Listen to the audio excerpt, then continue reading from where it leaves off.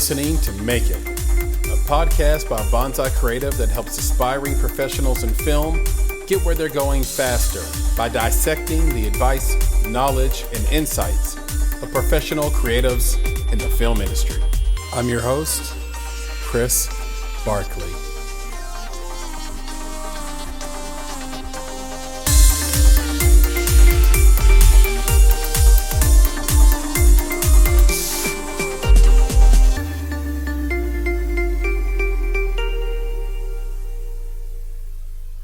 Hi, I'm Brandon Rhiness. I am a writer-director. You might know me for my films Hotbox and John 3:16. And I am currently working on a new horror film called Grotesque, as well as a new novel. Brandon Rhiness, welcome to the Make It podcast. Thanks for having me on.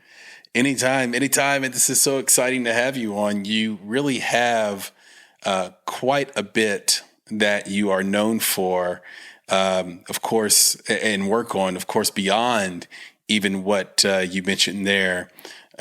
You do have the films Hotbox and Core Values. You wrote John 3:16, where you were the writer on that. Grotesque coming out. You also have 10 comics you write for, and we're going to get into that too.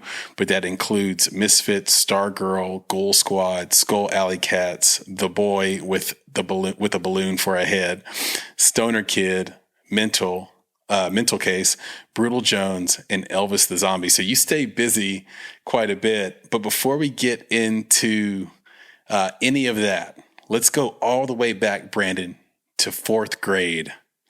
Can you tell us the story of Nod Narb Sinner?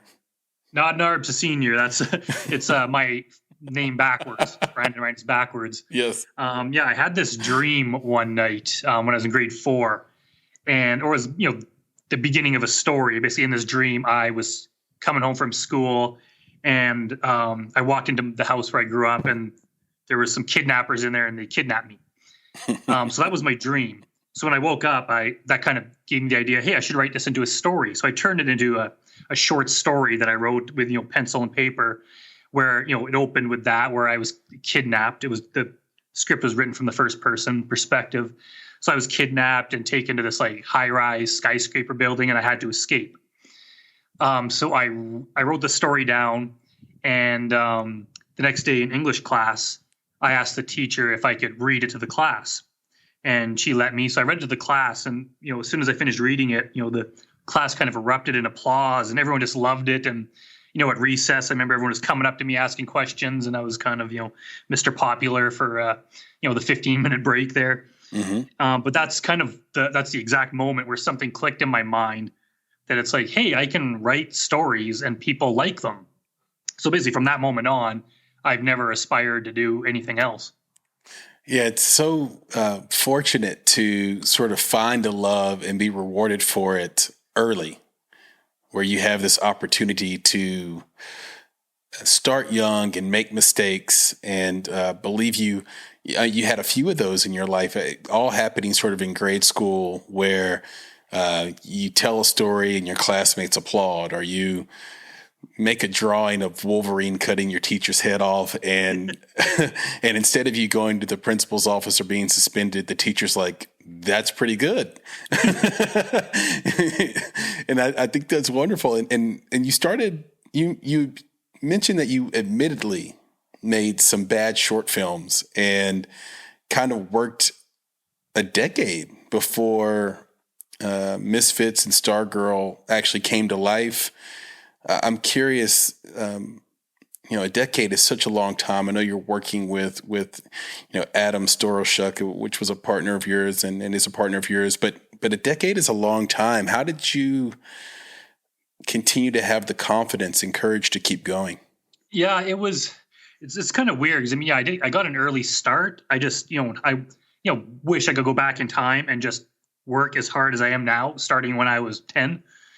But I didn't. I just, for some reason, I don't know if it was just kind of lack of self-confidence, but I never really thought I could do it. It was always something I kind of did for fun.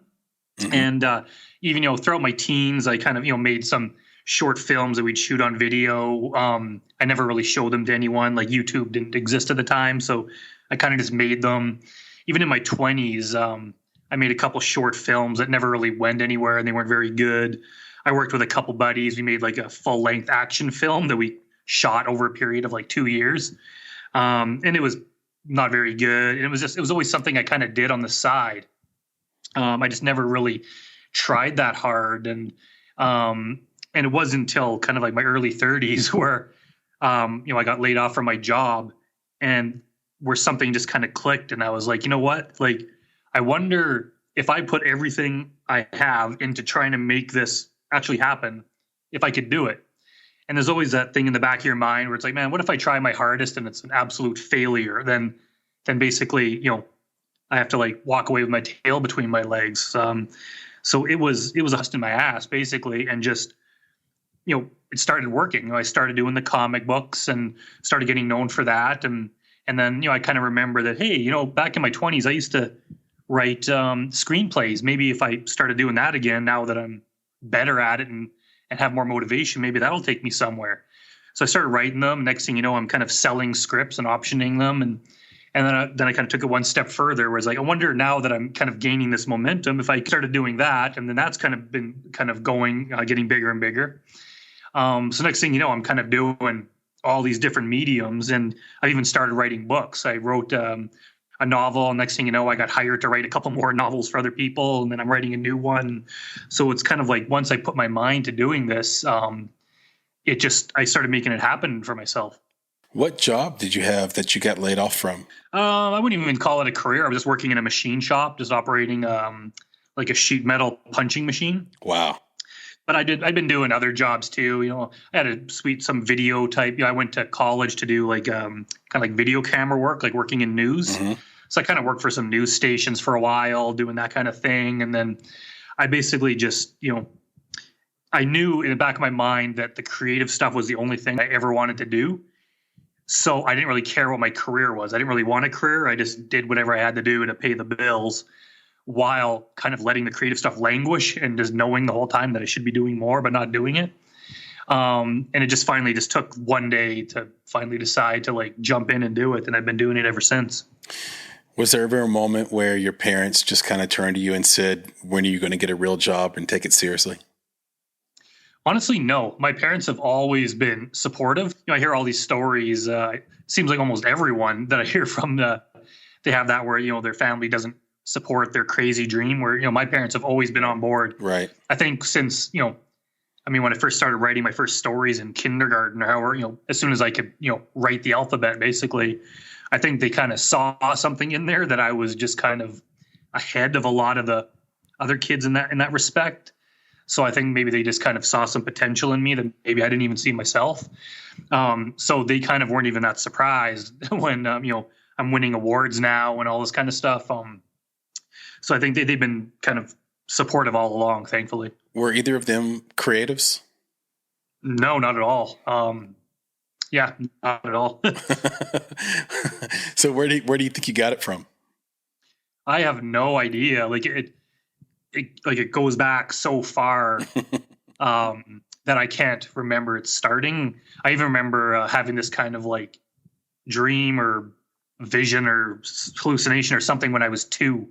And in the back of my mind, even it's one on my list of kind of outlines I'm working on for stuff. So even a story from when I was 2 years old is being developed into some sort of horror story at the moment. So it kind of goes back to like my earliest memories. So I don't remember where it came from, because I've always done it. I used to write Star Wars stories when I was super young. And I remember my goal was to like reach the end of a page, and I'd write it in pencil, and it was double spaced. And I remember I'd run out of story before I got to like the end of the first page. It would be like 4 or 5 sentences, but I just wasn't developed enough to make that long of a story. And then one day, all of a sudden, I hit the end of the page, and I remember running into the kitchen to tell my mom that, I wrote 1 page of a story, and so that's kind of how far back it goes. I love that, and you're really spot on when you said you got to work in your early 30s. You started building all of these projects and all this IP. And this is before, I think, that, comic books became sort of the avant-garde thing to sort of create in Hollywood, and you were doing this stuff. I want to ask you a couple of questions about that concept that getting to work or working your ass off and making sure that you can really do this. You live in Canada. You grew up in Canada, and I don't know what the comic book scene is there. Maybe you can illuminate us on that. But I'm curious, why didn't you feel like it was worth pursuing maybe, let's say, a decade earlier in your early 20s, like in terms of just really working hard on it and putting it all on the line? Like, why did it take getting laid off to go into that? And then secondly, I know that you talked about bootstrapping everything, sort of paying for all the creative, all the artists, everything up front. Why take that route instead of trying to get the money elsewhere? Well, basically, as far as the comic scene here in Canada, I mean, we have a far smaller population than the United States, so it's smaller. But there are people. I live in Edmonton. There's other people making comics here. There's somewhat of a scene, but other than Facebook, Twitter, where I kind of connect with other comic book people, for the most part, it's just kind of me and Adam doing our little thing, isolated from others. But yeah, the reason I didn't start earlier, I mean, it was just like lack of motivation. And, to be honest, I was like drinking a lot and doing drugs and stuff in my 20s and being stupid like a lot of people did. I just, yep. I didn't have it. It just wasn't my time, right? I just was basically, the way I see it now, it's like, I was wasting my life away doing nothing. And then one day, it was like 2012, I think. I basically, I quit smoking, I quit drinking, I quit all drugs on one day. And to this day, have not touched any of them. So I was just like, you know what? I'm changing my entire life as of this second. And once I did that, it took, some adjusting to kind of, do that. But it was right after that where I all of a sudden had a lot of disposable income, because I was used to 3/4 of my paycheck would be squandered on stupid things. All of a sudden now I was like, hey, I have all this extra money. What should I do with it? So it's like, hey, you know what? If I'm doing this comic thing, like all of a sudden I have enough to pay people to do this stuff, because I'm not used to being strapped for my budget. So that's where I found that extra money to put into it. Yeah, congratulations, by the way, on getting sober. Oh, thanks. Yeah, I think next week is like 9 years, I think. It's amazing, man. Amazing. Sorry to interject. I just wanted to make sure I told you that. Right on. Yep. Yeah, so that's kind of where that money came from. And even when I basically didn't even think to raise money from other people, because I didn't know if anyone would believe in me. I was like, you know what? I'm doing this thing. I don't want to have to go begging for other people. I don't need to kind of prove myself to anyone. It's like, I want to do this. I want to do it my way. So I'm going to put my own money into it, and then no one can tell me what to do. So, Adam Storschuk, my partner on this, he kind of, he put a lot of money into, and basically we just started making this stuff happen. And as we built a fan base and moved into movies, all of a sudden, we started doing the crowdfunding, because we basically ran out of, we're not that wealthy. Basically, we couldn't fund that many projects. So we started raising money, and the more we did that, kind of money started popping up from other sources, and we've somehow been able to, just struggle through and fight and make it happen. That's amazing. And fast forward to now, and you've written for film, television, comic books, and even novels. What media format is your favorite to write for, and, and why? It's hard to say. I'll say right now, writing novels is my favorite, just because it's new. I don't think up until this year when I started writing the novels, I don't think I'd ever, I hadn't written an actual prose story since probably high school. It's been a long time. I'd written comic books in, comic book format and screenplays, that kind of thing, but I had never actually written a book. And now that I'm doing it, it's like, oh, this is so fun. It's just so different than the other mediums. And so I'm kind of enjoying that while I'm doing it. I love it. And speaking of that, yeah, you actually did some work this year. In February, you released a novel called I'm Haunted. Tell us a little bit about I'm Haunted. And then also, how has COVID interrupted or changed the way you had planned on promoting and rolling out this novel? Yeah, funny enough, we actually I'm Haunted started as a web series I did that was totally COVID style. except it happened. We shot it like last August, September, before anyone had ever heard the word COVID. So maybe that was some sort of like subconscious premonition on my part. I don't know. But basically, I came up with the idea and I pitched it to Elizabeth Chamberlain, who is a great actor that I work with frequently. And basically, the story was going to be she plays a character who thinks that her apartment is haunted. So she starts this kind of video blog to document these strange events. So we filmed, I wrote a script, we filmed the entire thing, and then we released it in real time, kind of once a day or every couple days over the course of 2 months. Kind of like this is happening in real life. It's a brilliant idea. Can I just tell you, that is such a great way to approach a web series. That's kudos. Oh, thank you. Yeah. So, so we basically released the whole thing. It didn't get as many views as I want on YouTube, but it's the way it is. We got a lot of people liked it. But then I had all this footage, and I was like, hey, we could probably make a feature length film out of this. So I combined all the episodes together. Altogether, they were like 2.5 hours, which is too long for a movie. So I basically cut like an hour, 20 minutes out, and I just kind of put like all the best parts into it and arranged it so that it's like just like a really quickly flowing story. Mm-hmm. So I'm hoping it's almost done. I'm hoping to release that, this year, early next year. But the thing is, the way that it's staged in the script, since it's her talking to the camera, it's kind of like it's like a video blog. So it's kind of like a video diary. So it was written in like from her perspective. So I kind of came up with the idea I could release this as a book, and the book is written in the form of a journal.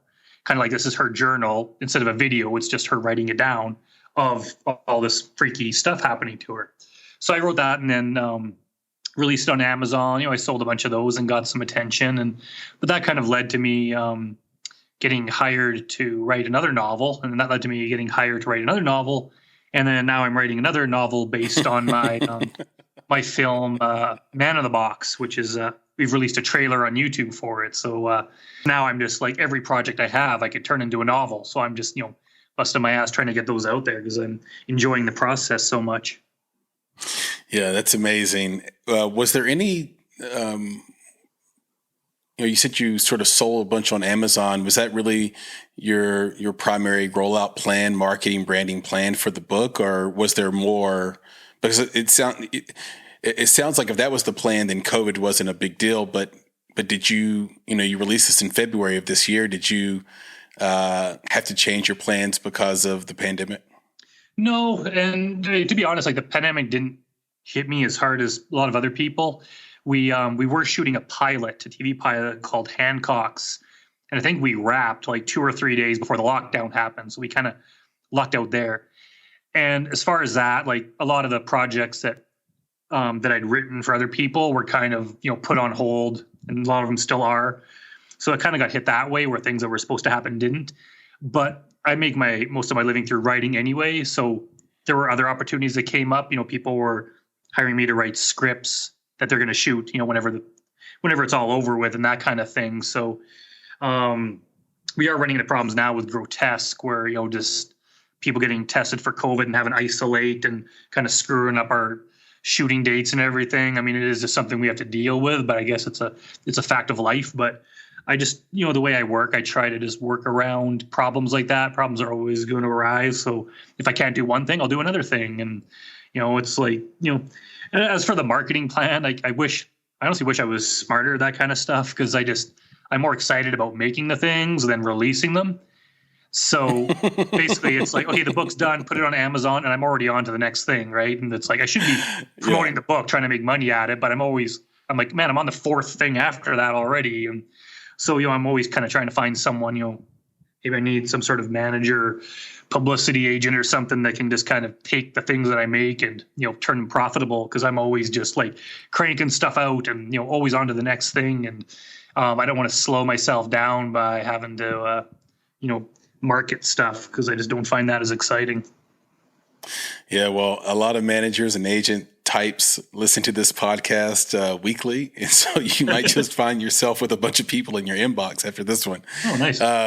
But that's great to hear. It's funny and super relatable as well. You talked about Grotesque. It's going to be a horror film that was slated for 2021. Maybe it is later, but hopefully 2021. We talked about I'm Haunted, the novel, the movie, the web series. You also have Core Values and John 3:16 or 3:16 that you wrote. And they all seem to sort of have the theme of religion and mental health and self-image and image and drugs. And I'm curious, and horror. What is it about those topics that you find to have, as a writer, so much tension built into them? It's really, I guess it's just something, I just find those kind of concepts interesting.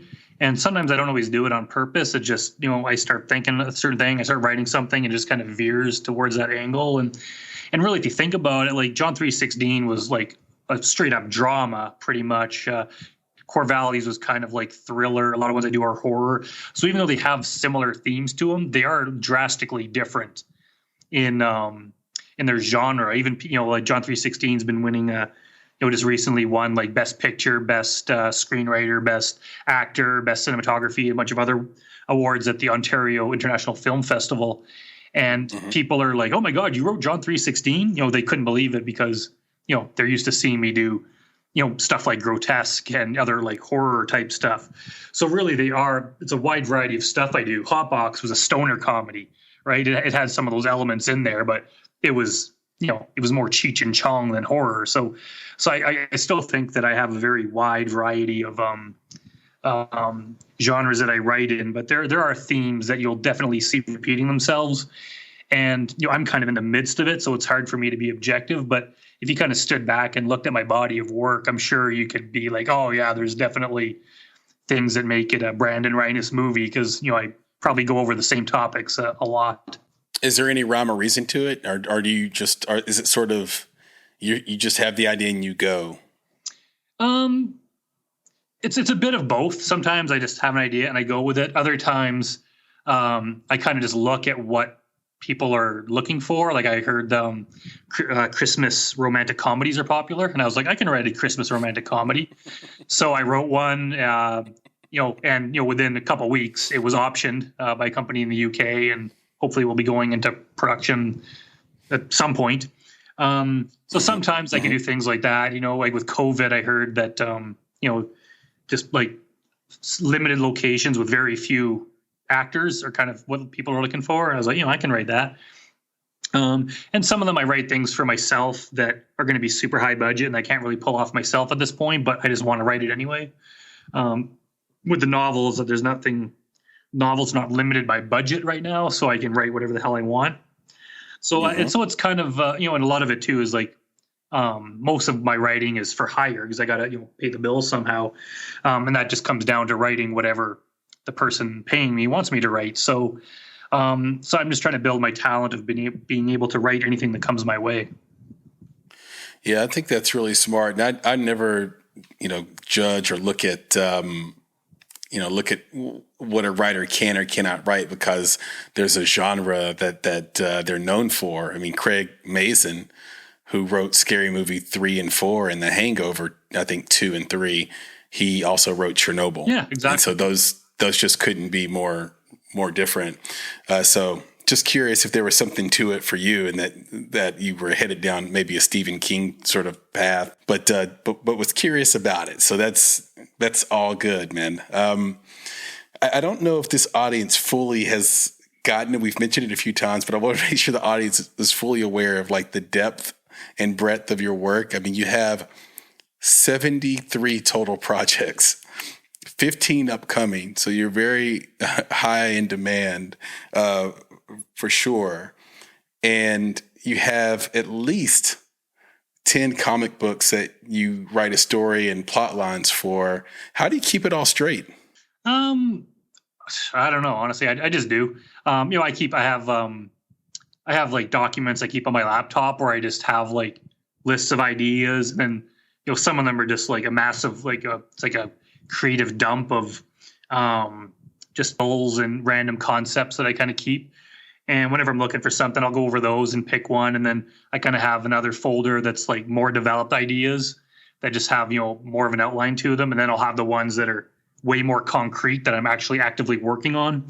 And certain ones will, kind of come up, something, I'm kind of working on one thing, but then I get hired to write a project. So I'll kind of scrap everything else I'm doing for the moment to work on that one. So it's just, I just kind of keep track of them. And there's some of them, like right now, a lot of the comics are on the back burner because I'm so busy with the movies and stuff that the comics are kind of just waiting until I have time to devote to them. And then I'll have more time and I'll, get those finished off and release them. And then I'll leave them for a while longer. So it's part of the job is just keeping track of everything, I guess. Yeah, it's true. And I'm sure that at some point in the future, we're going to see these comic characters turn into novels and screenplays.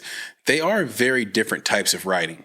Screenwriting is much different than writing for a comic book, which is much different than writing, for a novel, which is much different than writing for television. There are a lot of people who really would like to write for comic books or have sort of the sort of a project that revolves around everyday people from the outside that turn into superheroes or have some superpower. And I'm curious, what are the unique challenges for writing comic books? I think there's been a million books on how to write a screenplay and why that can be hard. I think there's been a lot of books on how to write dialogue and write for novel, but there doesn't seem like there's a lot of resources or people out there that can talk to you about how to write within the limits of a text bubble. Yeah, each kind of medium has its own kind of, like the way it works. It takes practice. Comic books is just different because it has to be told in pictures, which, the other mediums don't.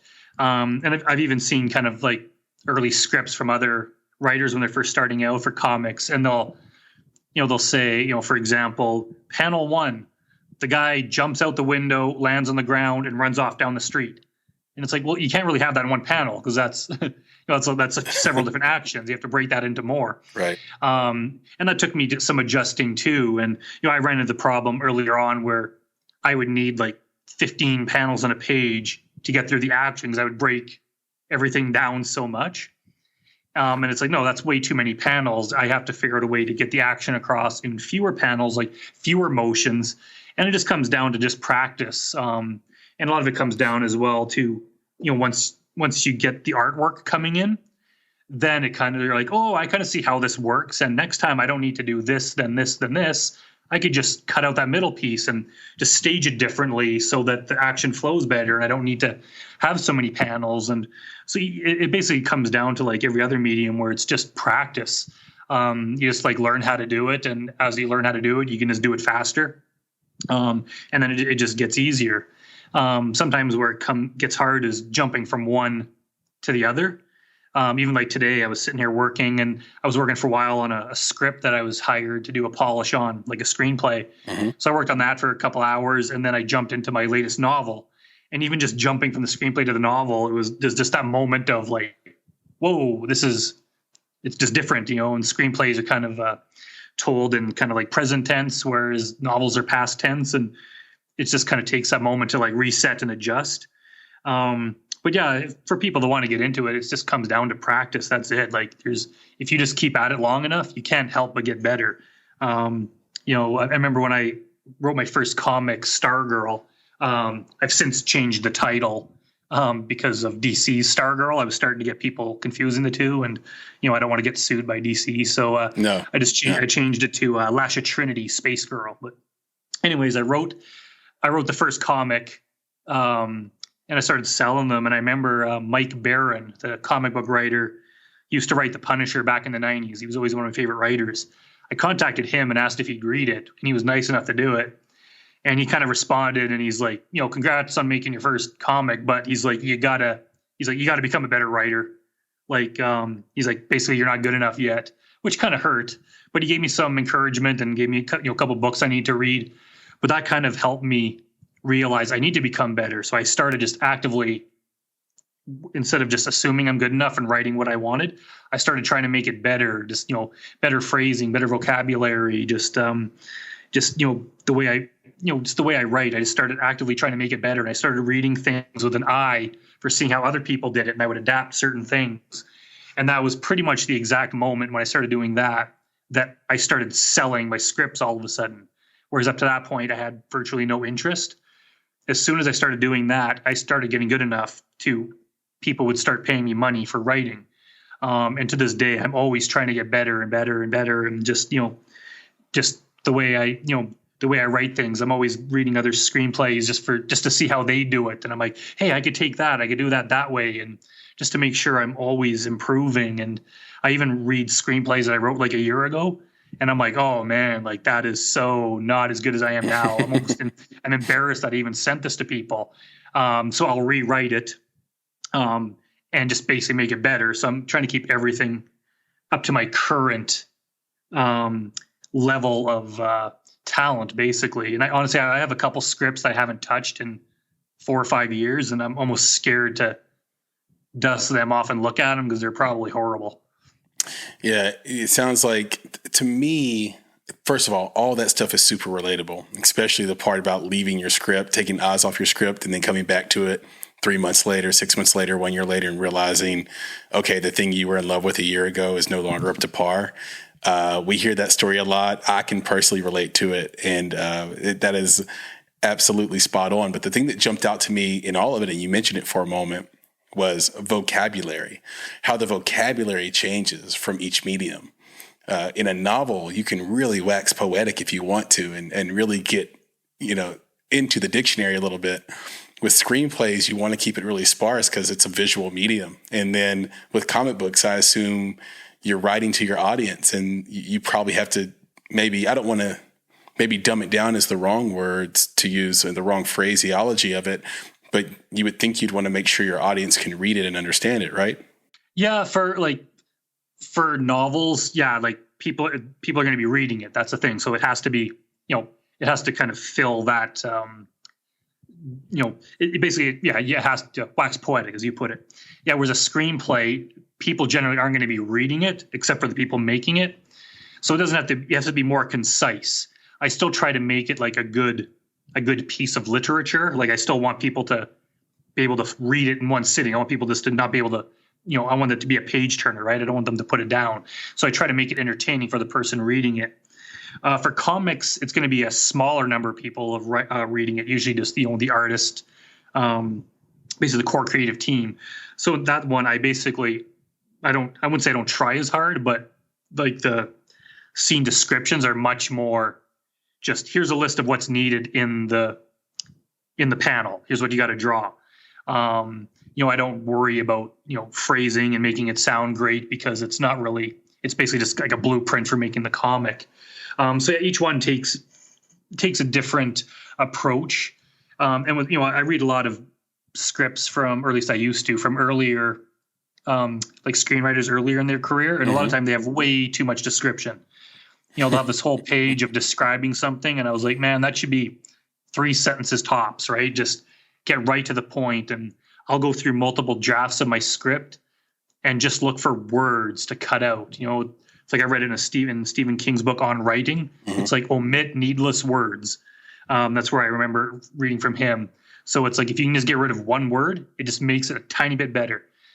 Just so like every word is purposeful, and every word is put there for a reason. And you're not just like babbling on with long sentences that are kind of boring. It's like, just make sure everything is kind of like sharp and to the point.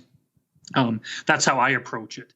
And even to this day, I read, books and screenplays, and they're just like, 5 steps ahead of me in that. I'm just like, oh my God, like I got so much, here I was thinking I was pretty good. I got so much further I got to go. So I'm kind of glad that I haven't reached my peak. I still have to learn more. I can still write better. I can still tell better stories and tell them in a better way. I can, just phrase things better, and just basically be a better writer. Yeah, I love that. And it's this idea of just putting in the work and practicing all the time. It makes me think about the old cliche of a writer that it's written one screenplay isn't a pro. Or basically 2 screenplays makes you a pro. Or more than one. not just writing one. A lot of people write one screenplay. Professional writers write more than one. So I love that. And it sounds like you've put in that work, and each day you get better. It's a great lesson to learn and to remind yourself of if you're a listener of this podcast and you're in the creative field, which we all hope you are. What are the two best pieces of advice you've received so far in your career, and who did they come from? Oh God. Well, I guess one would be what I just kind of explained from Mike Barron when he told me you have to write better. Because I've kind of stopped reading scripts that people send me and stuff. I get asked every day. People kind of want me to read their script and give them advice, and I just don't have the time. Mm-hmm. But when I did that, I would notice that even if the story's good, I could tell they just don't have the writing chops yet, which is fine because I used to be there too. But it's like you can't just think I have a good movie idea, I wrote a script and it should be made. It's like, no, you have to work at it. You have to make this good because you are up against some very talented writers who have a pretty good track record. And, you can't, it takes work to make it better. And it's like, once you're done your first screenplay, it's probably not good enough for anyone to read. You're going to have to write a second screenplay and a third, and then just, read more, learn more, make it better. And then go back and rewrite those ones and just learn more. But, so yeah, it's just, learn the skill. It almost makes me mad sometimes when people think it's like they disrespect the skill of screenwriting by thinking that, I can do that. I've watched a movie before. I can write in English, so I can write a screenplay. It's like, no, there's so much more to it, right? Like, hey, I can bounce a basketball, therefore I could be on an NBA team. It's like, no, you cannot. It's going to take a long time to get there and a lot of work, and there's going to be a lot more heartache than you expect. But I don't want to be discouraging because, I started from ground one too, where I totally sucked. And I just started doing it again and again and again and again. And eventually people start noticing, and eventually you're like, hey, I'm actually pretty good at this. I've learned all those lessons, and I've fixed all those rookie mistakes and stuff. So that's kind of one. Second piece of advice, I don't think it comes from any one source. It's just kind of general knowledge that it's going to take a lot of perseverance, because I deal with a huge amount of rejection, and it almost seems to get worse as I go along. Because I'm writing more and pitching, I'm meeting more people with, and just, higher level people. Whereas, people say when you're starting out, you have to worry about getting rejected. And I'm like, what? That's not quite true. When you start out, you have to worry about people ignoring you. Like you have to work your way up a little bit before you start getting rejected, because at the very beginning, no one cares. No one's even going to read your script. You're just you're not even at that point. It's once you start becoming a contender in it, that's when you start getting the constant rejection. And after that, it's like you start getting just, every once in a while, you'll get that one kind of win. That one person will like your script. The one person will option it. The one person will make it. The one person will pay you for it. And even now, I have a spreadsheet that I keep of every single person that I send a script to, and their contact information, which script it is, what the date was, and what the result was.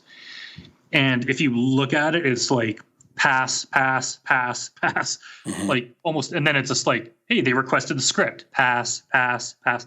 And then one, it's like, hey, they bought it or they made it. But we're at the point where I've between the hundreds of rejections, it's probably even the thousands now, I've only had a handful of movies made. But if I'd given up after the first couple dozen rejections, I wouldn't be at this point. So I even encourage new people. It's like, get rejected as many times as you can and get used to it. Just pitch so many people and get turned down so many times that eventually you get kind of numb to it, where now, I'll get an email and it's like, oh, we've decided, we're going to pass on your script. And it's kind of like, whatever, it just doesn't even faze me. But once you start doing that, it's kind of like the telemarketing theory that if, so many people are going to slam the phone down, slam the door in your face. But if you do it enough, 1 in 1,000 are going to want whatever it is you're selling. So sometimes it comes down to a numbers game. And a few years ago, I spent the entire summer. It was like 3 months every single day. I cold emailed 10 producers and pitched one of my scripts to them. And, well over 90% just ignored me. Some of them, replied, said they weren't interested. But I met a couple, and one of them ended up referring me to another producer who hired me to write a script, which at the time was the most I'd ever made for a script. So basically it took me doing all of that just to find that one contact that led to me getting this one project. and and the producer who responded, we're still in touch to this day, and it might lead to work down the road.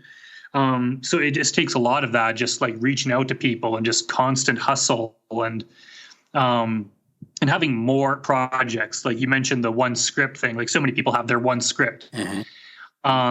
I have like a whole bunch, and the thing with John 3:16, the one that just won those awards, when I met that producer, Jarvis Greiner, he asked me if I had any scripts, and I sent him, I think, 3 horror scripts I had. And he responded, and he's like, they're well written, but he's like, I don't really like horror. Do you have anything else? And thank God I did. I had one that wasn't horror. I was like, by the way, I have this drama, and he loved it. He bought it. They made it. If I had only had one horror script, that movie would not exist. Yeah. So it's like you have to have more things. And even now, like I know the certain genres, like, kind of like 1 or 2 people in a single location, the romantic comedy, the horror, the thriller.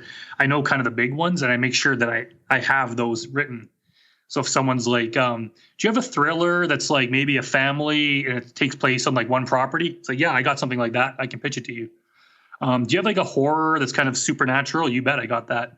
Do you have do you have like a romantic comedy? You betcha. So I'm always prepared that I have those scripts, because you never know what someone's going to be looking for. Right. The film industry is turning to data so much more. And that's why a Christmas romantic comedy, a horror, or anything that can make money cyclically, meaning, because of the holidays, because that holiday comes every year, that's going to be a more profitable movie in the world of streaming. If it's a horror, it's going to play every single Halloween. Because of the streaming and the way the streaming world works. So it's always good to have those in your back pocket. And you talked about rejection, and we've heard so many times that is one of the toughest things to deal with. It's enough to make certain people quit. It's enough to really drive people over the edge. You sound like you've learned to deal with it, but how do you deal with it? Because, there is this past that you have where you might have turned to the bottle or turned to the pill or turned to whatever to cope with whatever is tough in your life. And now you have new coping mechanisms for that. What are those things? What in the beginning, now I know you just shrug it off, but in the beginning when you got that rejection, how did you cope with that without turning to the dark side, so to speak? Well, I find that a lot of it is having other things you're working on. Like they always say, like, if you have the one script that's your baby, it's like, well, you're putting too much into it. I always had multiple things. So it's kind of like, okay, if they reject this one script I have, well, that's fine, because I'm working on this new one that I'm super excited about. So it's kind of like, not that I've forgotten about the other one, but it means less to me. I'm just kind of detached. Yeah. And I don't see it, even though I put my soul and all, however you want to phrase it, into every project, but it's just a thing that I create. So I am detached from it. So it's not like you're not rejecting me. You're just rejecting this thing. And it could be like, hey, they don't like horror. So it doesn't matter how good a script is. They just don't want it. And a lot of times is like, they're only making 2 movies this year and they have so many submissions. It's just the odds. They probably, even some of my scripts, I remember Man in the Box being one of them, some production company, they said that they had like 1,200 scripts or something that they were like sifting through.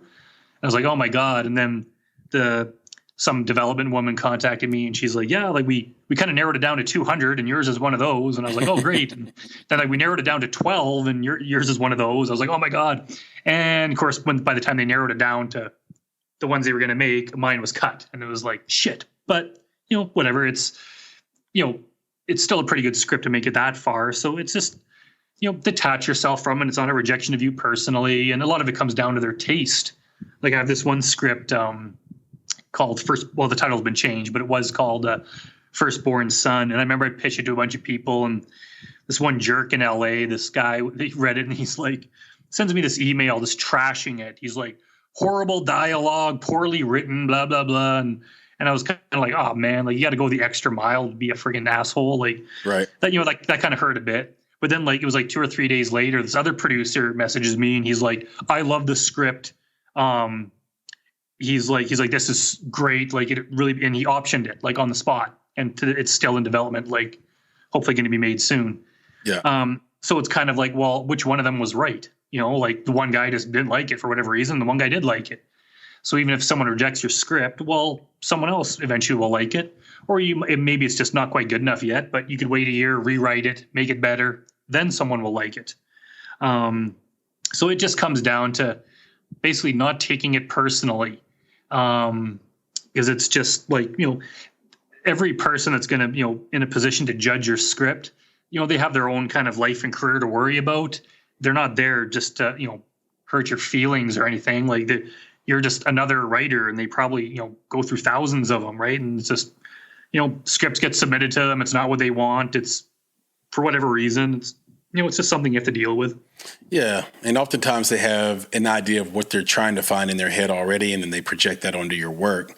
One of the reasons why I love having partnered up with Nick as my business partner here at Bonsai Creative is because he's so hard to please. And so much of it comes down to temperament.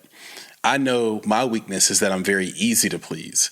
So you can tell me a bad joke and I'm going to laugh at it. You can send me a script that has no grammatical errors, but outside of that isn't great. And I might be like, that has some promise. Whereas Nick will read it, and then he'll be someone where it's like, okay, if Nick likes it, it passed a bar of quality that is far beyond my bar because he's harder to please. And it's good to have a different mix of readers in your core group. Because of what you just said. Everybody's different. They're coming from different perspectives. You don't know what's real and what's not.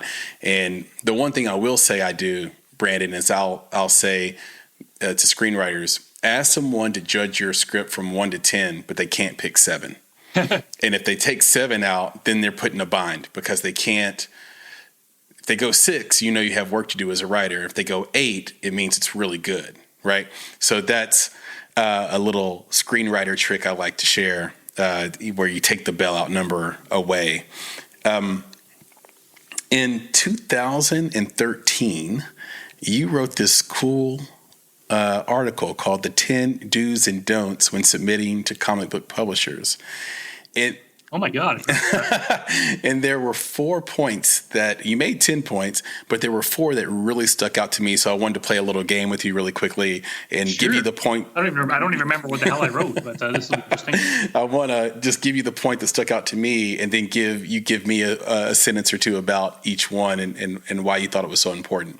So at the number 2 spot, you say, give your page rate when asked for it. So basically, know what you're worth. Why is it so important to know what you're worth in the meeting, and how do you get to find out what you're worth? I think I was writing that from the point of view because at the time we were searching for artists. Mm-hmm. So we would just put calls out, on message boards, social media. And I would say, hey, we're looking for like comic book artists or colorers or whatever, inkers. Send us samples of your work and your page rate, what you charge per page. And a lot of the reason for that is, we had a limited budget.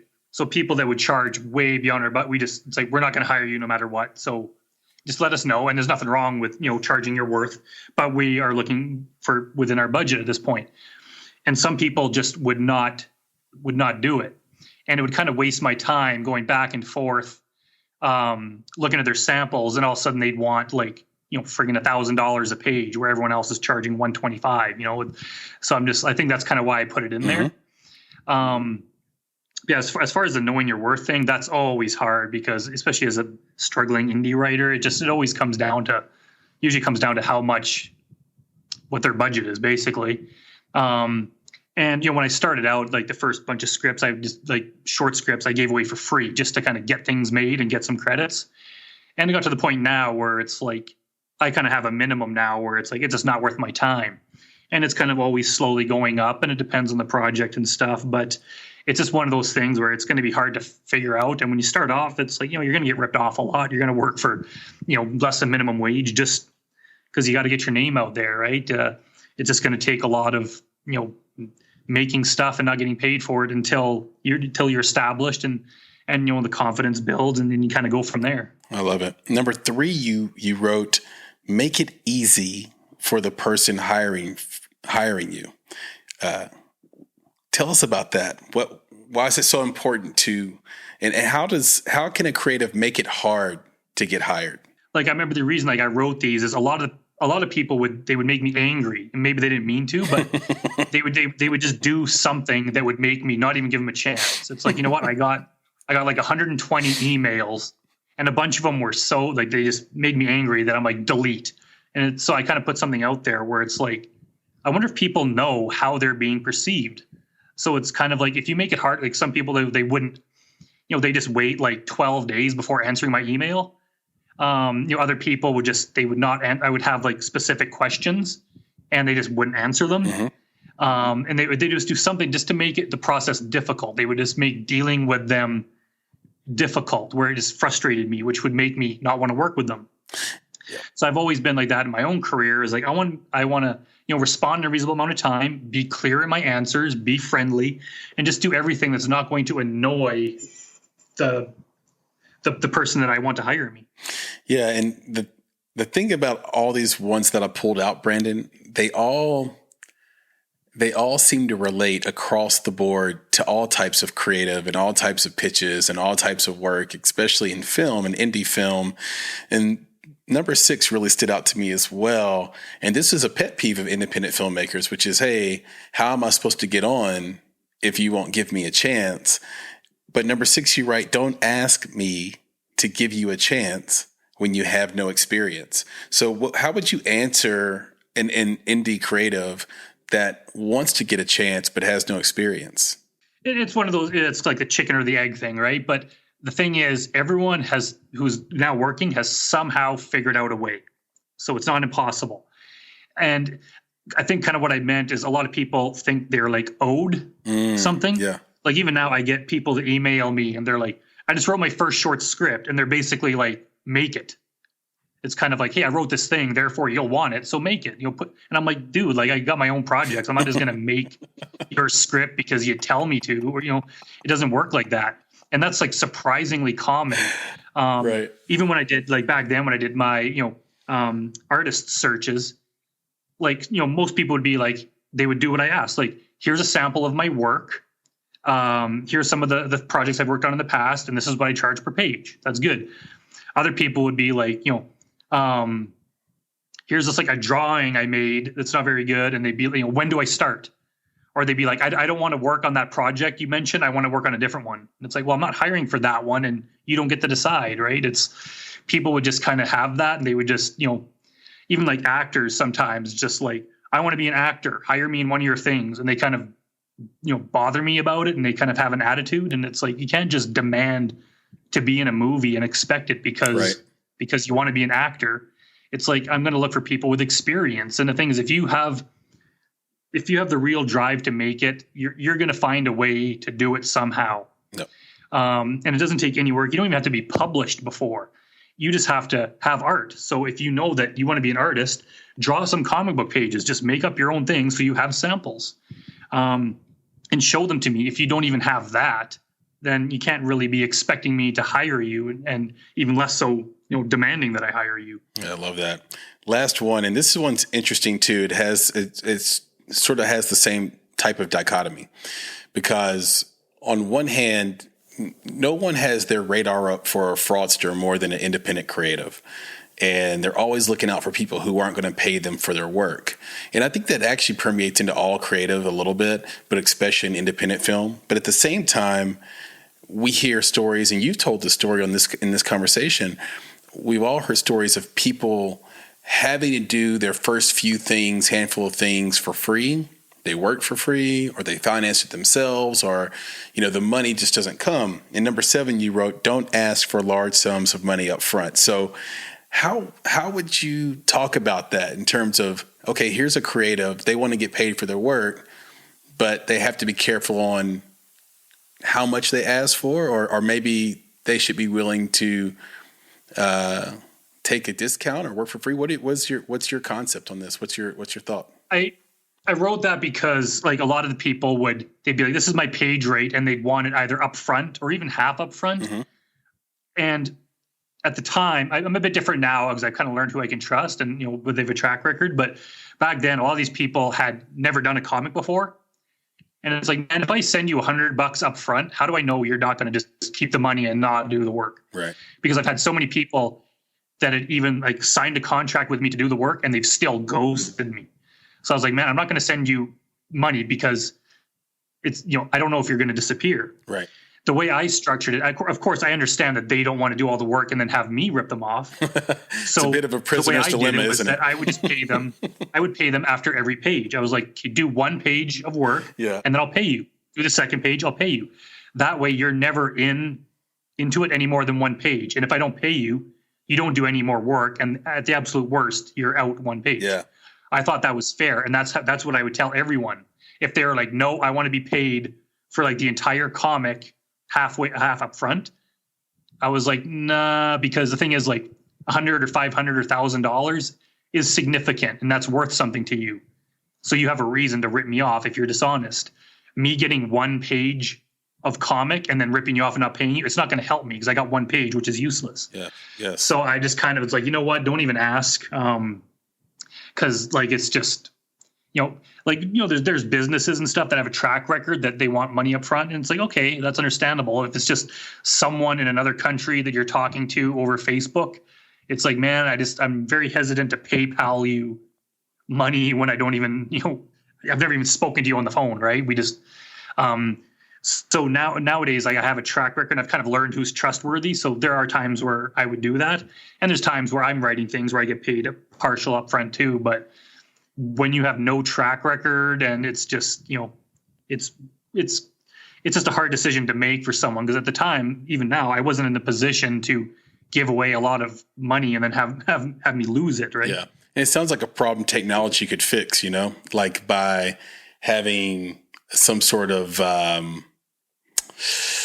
digital escrow, if you will, that could solve the problem in the future. I think those things might exist. This is like 2013, right? Yeah. And I was just starting to, and I just, I didn't know all that stuff. Well, they might exist, but I don't think they're widely used or well known. I mean, it seems like you could democratize it a little bit, and that would take sort of that prisoner's dilemma out of it a little bit. But curious about this question. If you had 1 month to teach someone how to write, to be a competent writer, what are the first 3 things you would teach? Oh boy, that's hard. I don't even know if I can come up with 3, but one, I would just say conciseness. Like a lot of writers, including me in my earlier days, would just babble on way too much. And then when I would do revisions, I would usually just add more stuff. Whereas I learned that cutting out, chopping down, making everything concise, making scenes, dialogue, conversations, sentences, paragraphs more concise. Just make sure everything is clear. I read a lot of newer stuff, and I have a hard time following it and figuring out what's going on because the writer isn't clear. So it's like, just make sure everything is easily understandable in the most concise way possible. That's definitely going to help you out a lot. And another thing too is, it's kind of like, don't try to write what you think other people want you to write. Don't try to imitate Tarantino or whoever your favorite people are. Mm-hmm. I see a lot of that whenever some new movie comes out, and then you see a whole lot of scripts that are in that style. And it's like, find your own voice. Don't just copy other people. You're probably going to get a lot farther doing that way. Mm-hmm. And I guess the third would be just practice, right? Just do it over and over. I even tell people that even if I never tried to purposely get better, I would still be pretty damn good just because I've been doing it long enough. And, if you just keep practicing, you'll pretty much, against your own will, get better at it. You keep doing something, you're going to get better. It's just how life works, So if you just keep writing scripts, they're going to get better. So it's just, keep practicing. You've been so successful this far. The playbook that you have drawn up has worked. You're living in Canada, I should say. Have you ever considered moving to one of the movie hubs in the States? Is that something you plan on doing? And where do you see yourself in this changing industry in the next 5 or 10 years? Of course, I've thought of it. It's just, for one, I'm mainly a writer, which I could do from anywhere. And honestly, Edmonton is pretty cheap. Like, I think I read that, rent in Edmonton is on average 75% less than it is in New York. Mm-hmm.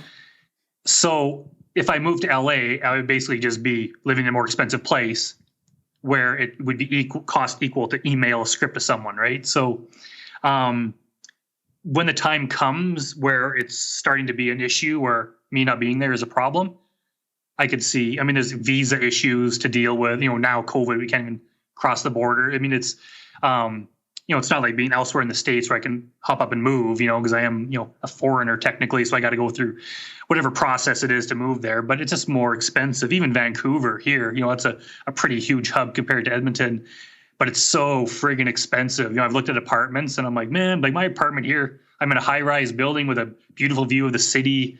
And it's, like a third of what a friggin' 1-bedroom basement is in Vancouver. So it's like, it would be foolish of me at this point where I'm still kind of struggling to, once I start making millions of dollars, well, then I can think about that. But right now it's, every cent that comes in is like going out to fund new projects. And I'm just not at the point where that's really worth it.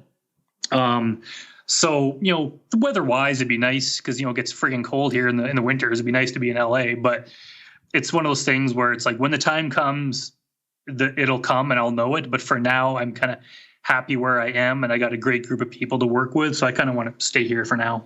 And where do you see yourself in 5 or 10 years in this industry? Oh God, that's hard. It's honestly, I've never really been a goal-oriented person. Like I used to try to be, and it never worked out. So I'm just more of like a daily habits person. Like I write every day, just do these things, and it just grows and grows and grows. And I kind of do it that way. So that's hard to say, but I want to have a lot more films under my belt and be doing a lot bigger films. And eventually just want to get to the point where there's not so many obstacles. Whereas right now it's like we can't get big budgets. There's only so much that I can do. I want to get to the point where I can just do whatever the hell I want and find the money for it, rather than we have to have a small cast and very few locations. I just don't want to have those kind of limits on what I'm trying to do. Totally understandable. Well, we look forward to that and following your path. You're a very busy man, very prolific writer, and it is going to be so exciting to see what you come up with next and where your career goes. Tell everybody where they can find you on social media and on the internet, and maybe even where they can see your work. You can reach out to me. My name is Brandon Rhiness. I'm sure you'll be in the show notes. So I'm on Facebook and Twitter, and Instagram, just at Brandon Rhiness. Higher Universe is my company. There's Higher Universe Comics and Higher Universe Pictures. So if you just look up Higher Universe on Facebook, you can find that page as well.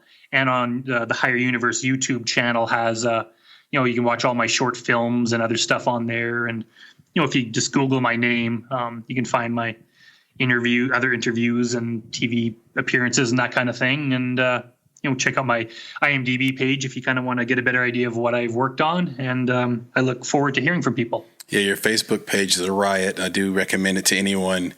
We'll leave it at this, Brandon.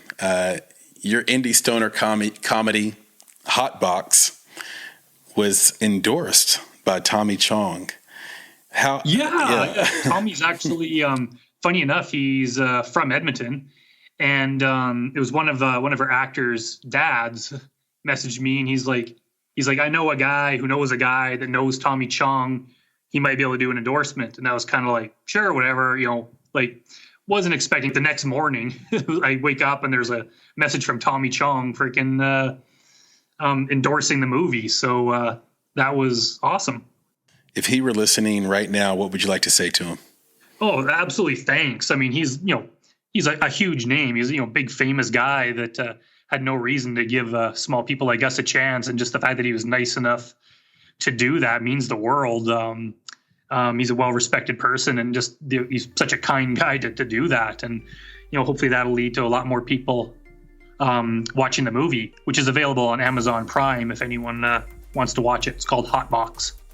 Yeah, I think they should. The premise is pretty cool, and I think you're going to laugh your butt off if you watch it. Brandon, thank you so much for your time, and this has been fun and fascinating and illuminating. I wish you the best of luck. Yes, thanks for having me on. Anytime, and hopefully we'll get a chance to meet in person here soon, and if not, don't worry about it. We'll catch up with each other on the internet. Sounds good. All right, brother. Take care. You too. Bye. You've been listening to the Make It Podcast. To find more information about this week's topics, including links to relevant blog posts, projects, and indie creatives, please visit our website at www.bonsai.film. If you haven't already, You can join our podcast community on Apple Podcasts or the podcast app of your choice by searching for Make It Bonsai Creative, and the show will pop right up. You can follow us on Instagram and Twitter at _Bonsai Creative and Facebook by searching for Bonsai Creative. And of course, if you're looking to take a big step towards your filmmaking success, go to www.bonsai.film and click on Book Us to schedule a free discovery meeting and needs assessment. You have everything to gain. Until next time, be better, be creative, be engaged, and thank you for listening.